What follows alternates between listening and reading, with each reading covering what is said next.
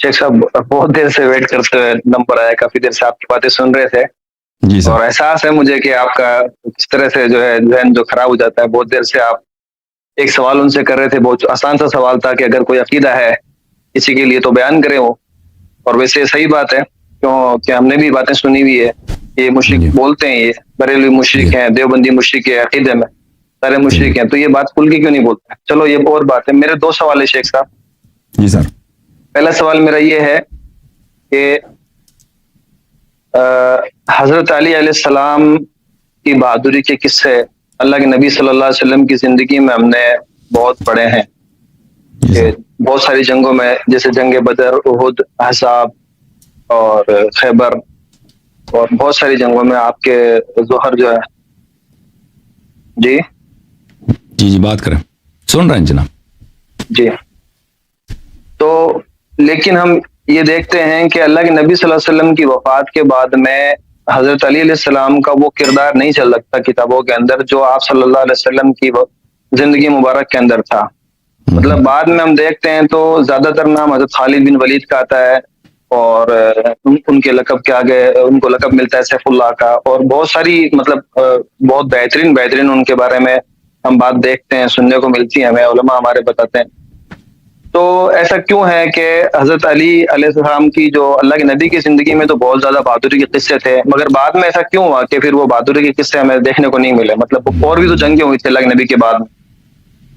تو دیکھیں، اہل بیت علیہ السلام کے مذہب میں صرف وہاں پہ جہاد جائز ہے جو ایک اللہ کے جانب سے، جو اللہ کا حجت ہے اس کی امامت کے انڈر ہو، یعنی اس کے امامت کے ماتحت ہو، اس کی لیڈرشپ کے ماتحت ہو. ابو بکر، عمر، عثمان، یہ لوگ اللہ کی جانب سے اللہ کے حجت نہیں تھے، اللہ کے خلفاء نہیں تھے، رسول اللہ صلی اللہ علیہ وسلم کے خلفاء نہیں تھے، یہ سیاست کے زور سے خلیفہ بنے تھے. تو ان کے کمانڈ میں جہاد کرنا، یہ ان کے کمانڈ کے نیچے یا ان کے ماتحت جہاد کرنا، یہ مذہب اہل بیت علیہم الصلوۃ والسلام میں یہ ایک حرام، نہایت ہی حرام فعل. جیسے سور کھانا حرام ہے، جیسے زنا کرنا حرام ہے، اسی طرح یہ ایک حرام فعل تھا. جب تک رسول اللہ صلی اللہ علیہ وسلم تھے وہ جہاد کا حکم دیتے تھے، لیڈرشپ ان کی ہے. امیر المؤمنین علیہ السلام ہر جنگ میں موجود ہیں سوائے غزوہ تبوک کے، وہاں پہ جنگ بھی نہیں ہوئی، رسول اللہ صلی اللہ علیہ وسلم نے خود ان کو پیچھے چھوڑا، لیکن باقی ہر جگہ پر وہ دشمنوں کے سامنے سینہ سپر تھے اور اسلام کا دفاع کرتے تھے. لیکن جب رسول اللہ صلی اللہ علیہ وسلم کی شہادت ہوئی ہے اور خلافت پہ قبضہ ہوا ہے، تو اب جتنے جنگ ہوں گے یہ اللہ کی جانب سے، جو اللہ کا خلیفہ ہے، اللہ کا حجت ہے، اس کے ماتحت تو نہیں ہوگا، ابو بکر عمر کے ماتحت ہوگا. تو یہ شرعی طور پہ ایک حرام فعل ہے، جو بہت نہایت ہی شدیداً حرام ہے. اس لیے امیر المؤمنین علیہ الصلوۃ والسلام نے ان لوگوں کے جنگوں میں کسی جنگ میں شرکت نہیں کی. دوسرا کوشچن میرا یہ ہے شیخ صاحب، یہ بات میرے سمجھ میں آئی آپ کی تھوڑی جو آپ نے کہی ہے، لیکن میں نے آپ کے اکثر سنے ہیں لیکچر، اس میں آپ نے ایک بات کہی ہے کہ بغیر امام کے کوئی ریولیوشنری ایکٹ نہیں کر سکتے ہم، کوئی ہنگامی حالات برپا نہیں کر سکتے. میرے یہ بھی بات سمجھ میں آتی ہے کہ یہ بات ٹھیک ہے، اس میں نقصان کا زیادہ اندیشہ رہتا ہے. لیکن ایک بات بتائیے کہ اگر جیسے میں میرے سامنے کوئی ظلم ہوتا ہوا دیکھوں، کسی مظلوم پر ظلم ہو رہا ہے، کسی غریب پر ظلم ہو رہا ہے میرے سامنے، تو اس وقت کیا میں انتظار کروں گا امام کے حکم کا؟ یا ابھی تو کوئی امام ہے نہیں میرے پاس، یا ہم اجتماعی طور پر 100 200 500 لوگ ہیں. شیخ ایک منٹ، اجتماعی طور پر ہم 100 200 500 لوگ ہیں، یا کوئی مسجد کا یا کوئی شہر کا ہمارے پاس انتظام ہے، تو پھر ہم کیسے طے کریں گے کہ ہمارا امیر کون بنے، ہمارا امام کون بنے، اور کس کے پیچھے رہ کر کے ہم جو ہے کچھ بھی کام کرنا پڑے، جیسے پروٹیسٹ کرنا ہوتا ہے کبھی، تو وہ کیسے کریں گے؟ وہ سسٹم کیا رہے گا پھر؟ تو پروٹیسٹ کرنا یہ حرام نہیں ہے. پروٹیسٹ کرنا یہ ہوتا ہے کہ آپ بازار میں چلتے ہیں نا، ادھر کوئی نعرہ لگاتے ہیں یا میں سے کوئی جھنڈا اٹھاتے ہیں یہ. لیکن اگر آپ کی کوشش یہ ہو کہ ہم اس حکومت کو گرا دیں، دوسری حکومت اس کی جگہ لائیں، کسی اور آدمی کو لائیں، یہ جائز نہیں ہے. حکومت کے خلاف خروج کرنا، اس کے خلاف بغاوت کرنا، اس کو گرانے کے غرض سے، یہ حرام ہے. باقی مثلا اگر آپ حاکم وقت کو نصیحت کے طور پر، کبھی نصیحت تو مختلف اقسام ہوتے ہیں، کبھی تقریر کرتے ہیں آپ، کبھی کوئی آرٹیکل لکھتے ہیں، کبھی 10 آدمی 20 50 آدمی 100 آدمی کا کوئی جلسہ کرتے ہیں، وہاں پہ ڈیمانڈ اپنا پیش کرتے ہیں نا، کبھی مؤدبانہ الفاظ ہوتے ہیں، کبھی سخت الفاظ، وہ کوئی حرام نہیں ہے. اگر آپ کو ضرر پہنچتا ہے نا تو پھر حرام ہو سکتا ہے. لیکن اگر کسی کو ضرر نہیں ہے تو وہ بالکل، اگر آپ کے شرعی اہداف ہیں وہ اصلاح کے وقت کے لیے، چاہے حاکم آپ کا کافر بھی ہے، کافر حاکم سے بھی مطالبہ آپ کر سکتے ہیں، وہ حرام نہیں ہے. یا اگر کسی شخص پہ ظلم ہو رہا ہے، مثلا کسی کوئی چوری کر رہا ہے، آپ اس کو روک سکتے ہیں، تو یہ روکنا یہ بالکل یہ جائز ہے، بلکہ امر بالمعروف نہی عن المنکر یہ واجب ہے، اگر خود انسان کے لیے خطرہ نہیں ہے. ٹھیک ہے نا. اگر خطرہ ہے کہ انسان خود قتل ہو جائے گا تو پھر ہو سکتا ہے جائز نہ ہو. وہ شرائط پہ منحصر ہے کہ آپ کس پوزیشن میں ہیں، کتنے آپ کے پاس پاور ہے. لیکن اگر ایک شخص چوری کر رہا ہے، کوئی شخص کسی عورت کو بازار میں بے عزت کر رہا ہے یا مار رہا ہے، اس کی بے حرمتی کر رہا ہے، چار مزوں کے سر سے دوپٹہ اٹھا رہا ہے، آپ اس کو روک سکتے ہیں. تو یہ باتیں تو یہ تو سب جائز ہیں، یہ اس کو روکنا حرام نہیں ہے. جو چیز، یا مثلا کوئی شخص آپ کے گھر پہ اس نے حملہ کیا آپ کا مال اٹھانے کے لیے، ٹھیک ہے نا، آپ اس کے خلاف ڈنڈا اٹھا کے یا تلوار اٹھا کے یا بندوق اٹھا کے اس کو قتل کر دیں، یہ سب جائز ہے. جو چیز جائز نہیں ہے وہ یہ ہے کہ انقلابی جو تحریکیں چلتی تھی عالم اسلام میں، بہت ساری چلی ہیں، آج تک چل رہی ہیں انقلابی تحریکیں. یہ تحریک طالبان ایک انقلابی تحریک ہے، داعش ایک انقلابی تحریک ہے، اور عالم اسلام میں کتنے ایسے پارٹیاں ہیں کہ اسلامی حکومت بنانے کے فکر میں ہے نا. ان کو اگر مل جائے کہ وہ فوج کے خلاف یا اپنے جس علاقے میں رہتے ہیں اپنی حکومت کے خلاف کوئی بغاوت کر سکیں، کوئی فوجی کارروائی کر سکے کہ حکومت کا تختہ الٹ دیں، وہ بالکل کر لیں گے.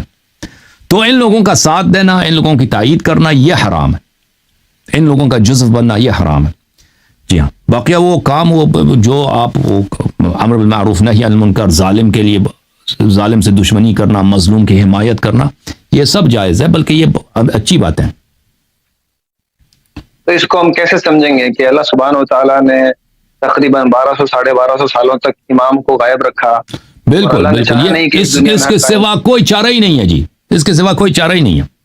یعنی آپ اگر قرآن کی طرف جائیں، حدیث کی طرف جائیں نا، قرآن و حدیث میں اسلامی حکومت کا کوئی ڈیٹیل نہیں ہے کہ اسلامی حکومت آپ کیسے بنائیں گے. ابھی آپ مثلا ایک چھوٹا سا حکومت ہے، کویت کی حکومت ہے، بہت چھوٹا مختصر ایک شہر ہے کویت. آپ اس کے جائیں، وہاں پہ ایک پورا اسٹرکچر ہے، پارلیمنٹ ہے، اس میں کیبنٹ ہے نا، اس میں وزارت خارجہ، وزارت داخلہ ہے، وہاں پہ پولیس سسٹم ہے، وہاں پہ آپ کا وزیر اعظم ہے، ہر ایک کا قوانین موجود ہیں کہ کس شخص کی ڈیوٹی کیا ہے، کون کیا کرے گا. امیر ہے وہاں پر، جو امیر کویت ہے، میں مثال کے طور پہ عرض کر رہا ہوں. یا ایک حکومت بڑا حکومت ہے، مثلا حکومت پاکستان ہے، وہاں پہ 22 کروڑ لوگ رہتے ہیں. یا ایک حکومت اس سے بھی بڑا ہے، ہندوستان کی حکومت ہے، وہاں پہ بہت زیادہ دنیا کے سب سے پر آباد ملک ہے، 150 کروڑ لوگ رہتے ہوں گے. ہندوستان 140 کروڑ لوگ رہتے ہوں گے، بہت زیادہ لوگ رہتے ہیں. تو وہاں پہ کتنے قوانین ہیں، الا ماشاء اللہ قانون ہے. ٹھیک ہے نا. وزیر اعظم کا کیا ڈیوٹی ہے، جو سپریم کورٹ ہے اس کی کیا ڈیوٹی ہے، فوج کی کیا ڈیوٹی ہے. اچھا، جو بجٹ آتا ہے، بجٹ کیسے الوکیٹ کیا جاتا ہے. ٹھیک ہے نا. تو اسلام میں کیا ہے، کچھ بھی سب معلوم ہی نہیں ہے کسی کو. اگر آپ حکومت بنانا چاہیں گے نا قرآن و سنت کی روح سے، کہ ہم قرآن و سنت سے دیکھتے ہیں کہ ہم قانون بنائیں گے حکومت، کچھ بھی نہیں ہے بھائی، کچھ ہے ہی نہیں بھائی. بالکل سکوت، خاموشی، کچھ بھی نہیں، کوئی انفارمیشن نہیں ہے، کوئی انفارمیشن نہیں. تو حکومت پر کیسے بنائیں گے؟ حکومت بنائیں گے پہلے تو لوگوں کو آپ ایک ڈھانچہ دیں گے نا، ایک خاکہ دیں گے کہ ہم حکومت بنائیں گے، اس کے قوانین. یہ تو ایک تو عوام کو بیوقوف بنانے کے لیے ہوتا ہے نا کہ ہم اسلامی حکومت بنائیں گے، عمر بن عبدالعزیز کی کہانیاں سنا کے کہ بھائی بیت المال سے آئے گا، ہم لوگوں کی طرح اس طرح تقسیم کریں گے. لیکن حکومت کے لیے قوانین کی ضرورت ہوتی ہے. اور پھر یہ حاکم، پھر ہجرت کا کانسیپٹ کیا رہے گا اس حساب سے؟ جب اجازت ہے میں پہلے حکومت پہ بات کریں. پھر حاکم وقت کون ہوگا بھائی؟ حاکم کون حاکم بنے گا نا؟ قرآن و سنت میں سوائے 12 اماموں کے، اہل بیت طاہرین علیہ السلام کی، رسول اللہ صلی اللہ علیہ وسلم کے بعد کسی کی امامت کی کوئی دلیل نہیں ہے. کوئی حکومت کرے، کوئی حاکم بنے، لوگوں کا پیشوا بنے، کسی کی نہیں ہے. تو اور یہ حکومت کا کیا رول ہے یہ خود نامعلوم. حاکم وقت کون ہوگا، یہ کس طرح حاکم وقت، کوئی چیز سب غیر معلوم.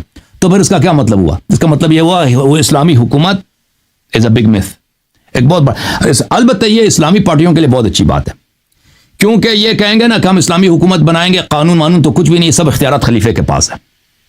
جتنے یعنی ایک شخص خلیفہ، جیسے افغانستان میں ملا ہیبت اللہ یا ملا عمر ہے نا، اس کے پاس جتنے اختیارات ہیں بھائی، وزارت خانے جو بھی وہ کرے گا وہ صحیح ہوگا. ٹھیک ہے نا. تو آپ ایک ایسا ڈکٹیٹرشپ سسٹم بنائیں گے کہ ایک شخص ملا ہیبت اللہ جیسا ایک جاہل مولوی، یا جو ابو بکر بغدادی تھا جیسا جاہل احمق آدمی، کو اس کو وہی دنیا کا پتہ نہ دین کا پتہ، وہ جو بھی کرے گا وہ شرعی حکم ہے، وہ جو بھی آپ اس سے نہ مخالفت کریں گے تو آپ کو وہ قتل بھی کر سکتے ہیں.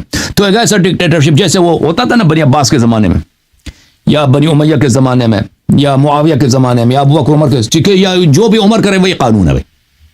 جو بھی عمر کرے وہ کسی کو گورنر بنا دے, کسی کو وزیر بنا دے, کسی کو امیر بنا دے, فوج کو کہہ دے تم وہاں پہ حملہ کرو, اس کو کہہ دو فلان پہ حملہ, یعنی قانون حدیث کچھ بھی نہیں, جو مرضی وہ کرے, ٹھیک ہے نا.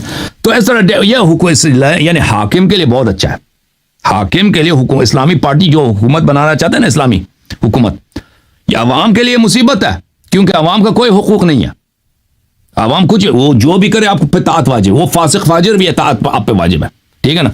ان کے لیے تو لاٹری ٹکٹ ہے, جو بادشاہ ہے جو خلیفہ بنے گا وہ اس کے لیے تو لاٹری ٹکٹ ہے.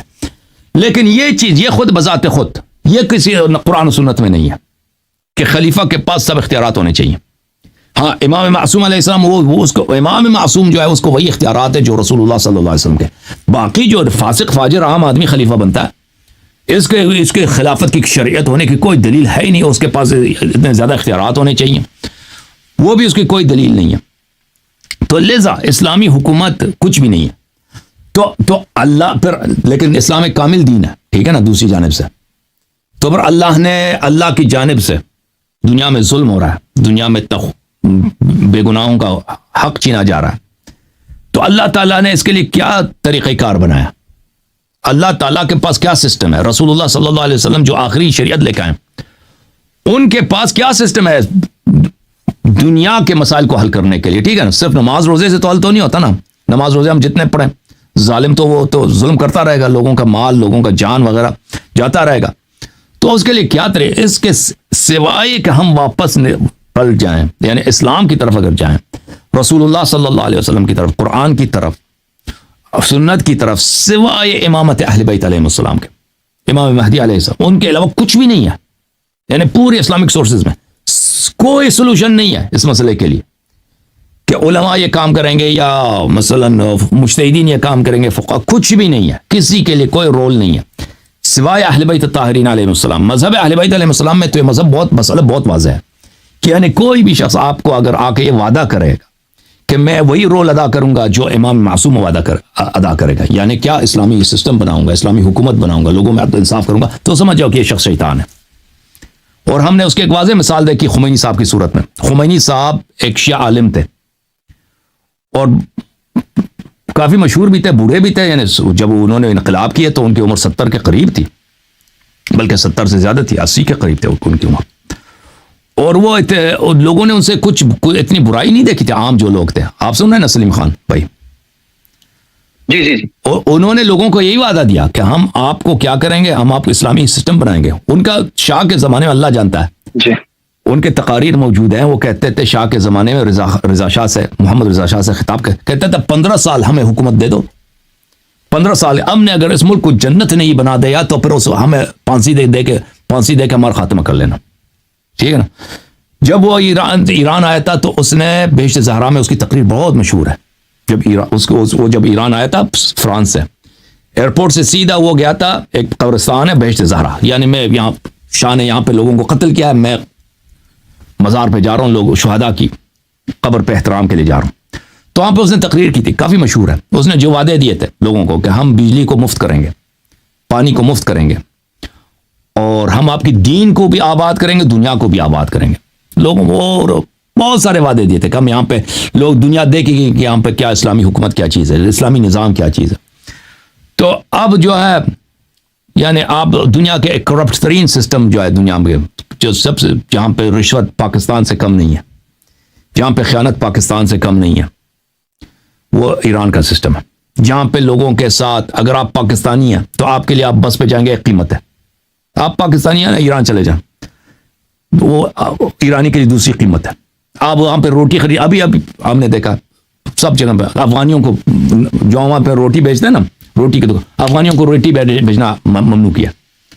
اور آپ ہی کے ملک میں رہتے ہیں, قانونی طور پر روٹی نہیں بھیج سکتے یہ کوئی. تو یعنی ہر لحاظ سے ایک کہ ایران وہ ملک دنیا میں نمبر 4 ہے نیچرل ریسورسز میں. ایران آئل اور گیس میں دنیا میں نمبر 2 ہے, رشیا کے بعد نمبر 2 ہے دنیا میں گیس ڈپازٹس کی میں, اتنا زیادہ گیس ہے ایران کے پاس. آئل میں، آئل اور گیس میں نمبر 4 ہے دنیا میں. اس کے علاوہ اس کے پاس کتنے زیادہ ریسورسز ہیں. اور ایران میں جو ہے دیکھیں آپ، ایران کی جو مین پاور ہے، ہیومن ریسورسز، یہ مڈل ایسٹ میں ٹاپ ہے. یعنی سعودی عرب کے لوگ کو اگر آپ قیاس کریں، ایران کے لوگوں سے زمین آسمان کا فرق ہے. ایران کے لوگ بہت محنتی ہیں سعودی عرب کے مقابلے میں. ایران کے لوگ بہت ذہین ہیں، تعلیم میں بہت آگے ہیں. آپ امریکہ کے یہاں پہ کسی بھی یہاں پہ یونیورسٹی میں چلیں، بہت وہاں پہ آپ کو کئی ڈپارٹمنٹس کے ہیڈ ایرانی ملیں گے، کئی ڈپارٹمنٹس کے ہیڈ ایرانی پروفیسرز ملیں گے. یہاں پہ آپ کسی بھی ہاسپٹل میں چلے جائیں، وہاں پر بہت سارے اسپیشلسٹ ایرانی ہوں گے. یعنی ایک ایسا قوم ہے، بہت ذہین قوم، بہت ہی تعلیم یافتہ قوم. اور یہ سب شاہ کے زمانے سے نہیں کہ انقلاب کے بعد یہ ہوا، یعنی پہلے سے اس طرح تھے. خمینی صاحب کو یہ، اور خمینی صاحب کو جو حکومت ملی تھی 1979 میں، اس کے خزانے ڈالر سے مالا مال تھے. یعنی اس زمانے میں ایران کا جو گروتھ تھا 18% پر ایئر، 1960 سے لے کر 1978 تک اس کی 18% گروتھ ایوریج تھا. جی پی اے، اس کی جی پی اے جو ہے نا، گروس پروڈکٹ جو ہے اس کی اتنا زیادہ کہ دنیا میں اس کی مثال نہیں. اس کو ایران نے، خمینی صاحب نے کیا بالکل ایسا کولیپس کر دیا، بالکل ساقط کر دیا. اب ایران میں، دنیا میں ان ملکوں میں سے جہاں پہ سب سے زیادہ برین ڈرین ہے، جہاں پہ لوگ رہنا نہیں چاہتے. اب ایران میں نہ جنگ ہے، کچھ بھی نہیں ہے. اب یورپ میں چلے جائیں نا، جرمنی میں یا گریس میں، یا اتنے امیگرنٹ ہے ایران کے کہ سمجھ ہی نہیں آتا کہ بھائی اتنا امیر ملک، اس کے پاس اتنے نیچرل، اس کے کیوں اتنے امیگرنٹس ہیں؟ سب لوگ وہاں سے بھاگ رہے ہیں، وہاں سے نکل رہے ہیں، لوگ فقیر ہیں.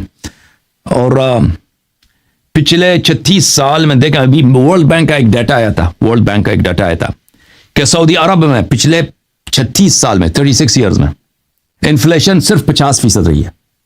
انفلیشن سعودی عرب میں 36 سال میں 50%، یعنی 1.5% پر ایئر، کچھ بھی نہیں ہے. ایران میں 150,000%. ایران میں 15,000% نہیں ہے، 150,000% پچھلے 36 سال میں. یعنی کیا ہوا؟ اکانومی ہے ہی نہیں، یعنی بالکل بینکرپٹ ہے. تو دیکھیں، عرض یہی ہے کہ دنیا نے دیکھ لی، امتحان کر لی. مولویوں کی حکومت بھی، شیعہ مولوی نے بھی اپنا امتحان دے دیا، سنی مولوی نے بھی داعش کی صورت میں، طالبان کی صورت میں اپنی حکومت. یہ طالبان کی جو حکومت ہے، یہ واقعاً اسلامی حکومت ہے، یعنی واقعاً حنفی فقہ پہ مبنی ہے. یہ اگر آپ واقعاً آپ چاہتے ہیں ایسا حکومت کسی کو مل جائے، میں نہیں سمجھتا کہ وہ کوئی بیوقوف ہوگا جو اس حکومت کو اپنے لیے کوئی نصب العین سمجھے گا. پاکستان کے لوگ کیا چاہتے ہیں؟ پاکستانی اکثر جو ہے طالبان کے حمایت کرتے ہیں. کتنے پاکستانی تیار ہیں کہ پاکستان میں یہ طالبان کی حکومت ہو؟ کوئی پاکستانی تیار نہیں ہے. حالانکہ پاکستان میں طالبان کی حمایت بہت زیادہ ہے کہ وہ اسلام کے لیے جہاد کیا، امریکہ کو شکست فلان اوکے، شکست دی، امریکہ کو شکست دی، اسلام کے لیے جہاد کی. آپ آ جائیں نا، پاکستان میں بناتے ہیں. ملا ہیبت اللہ کو دے دو. اسی طرح آپ کے ملک میں تو مولوی بہت زیادہ ہیں، آپ کے لیے بھی اسلامی حکومت یہ بنا کے دے دیں، ٹھیک ہے نا. کوئی تیار نہیں ہے، کیونکہ یہ سب کو پتا ہے کہ ماڈل جو ہے یہ ایک عضو کا ہے، ایک جوک ہے اسلامی حکومت. جی سر بولیں. میں آپ کی اس بات سے متفق ہوں، سہمت ہوں اس بات سے آپ کی، کہ پچھلے کافی سالوں میں بہت ساری کوششیں ہوئی ہیں اسلامک قوانین کے تحت جو ہے ایک اسٹیٹ قائم کرنے کی، مگر وہ ساری کی ساری فیل ہوئی ہے. اور اللہ تبارک و تعالیٰ کا تو قرآن میں وعدہ ہے، لا تہنوا ولا تحزنوا وانتم الاعلون ان کنتم مؤمنین. تو یہ بات تو درست ہے کہ وہ پورے پرفیکٹ نہیں تھے، اسی لیے ان کو وہ کامیابی نہیں ملی جو اللہ سبحانہ و تعالیٰ جس کا وعدہ قرآن میں کر چکا ہے. لیکن شیخ اس حساب سے تو پھر ساری جگہ ہی کرپشن ہے، تو پھر ہجرت کا تو کانسیپٹ ختم ہو جائے گا. پھر آپ کس جگہ پھر ہجرت کرنے کے لیے مطلب انسان کو سوچے دیں گے؟ تو ہجرت وہاں کریں گے جہاں پہ دیکھیں گے، جہاں پہ آپ کو دین و ایمان اور جان کو خطرہ نہ ہو، تو آپ دوسری جگہ پہ جائیں گے جہاں پہ آپ کی جان کو یا دین کو خطرہ نہیں ہے. رسول اللہ صلی اللہ علیہ وسلم نے لوگوں کو کہا حبشہ بھیجا تھا. حبشہ پہ وہاں پہ کوئی اسلامی حکومت تھوڑی تھی، وہاں پہ کرسچن کنگ کی حکومت تھی. مکے میں مشرکین تھے، مشرکین مسلمانوں کو مارتے تھے، قتل کرتے تھے. رسول اللہ صلی اللہ علیہ وسلم نے فرمایا کہ جاؤ ادھر حبشہ چلے جاؤ، ایتھیوپیا چلے جاؤ، ٹھیک ہے نا.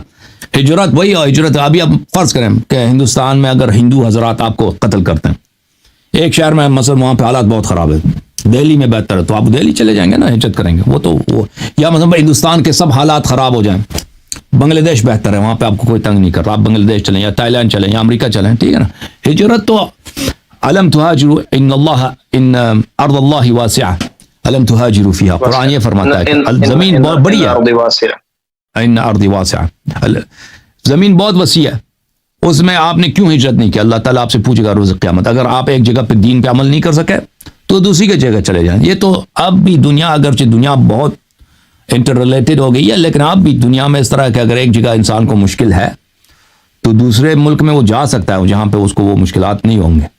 جی یہ اللہ کا شکر ہے، یہاں پر ایسا ہمارے ساتھ ایسا کچھ ہے نہیں، جیسا مطلب کئی جگہوں پر ہوتا ہے ایسا، ہندوستان میں کئی جگہوں پر ہوتا ہے، لیکن ہمارے ساتھ، میں جس ایریا میں رہتا ہوں اس ایریا میں مجھے تکلیف نہیں ہے، مجھے میرے دین کی وجہ سے کوئی وہ نہیں ہے معاملہ کہ میں کچھ مطلب عزت کی بات کروں. میں ایک جنرل سوال آپ سے کر رہا ہوں شیخ، کیونکہ بہت سارے لوگوں کے سوال ہوتے ہیں، میرے سوالوں کے ساتھ بہت سارے لوگوں کے سوال جڑے ہوئے رہتے ہیں. ابھی آپ کی گفتگو بہت سارے لوگ سنیں گے، ان کو بھی رہنمائی ملے گی اس چیز سے.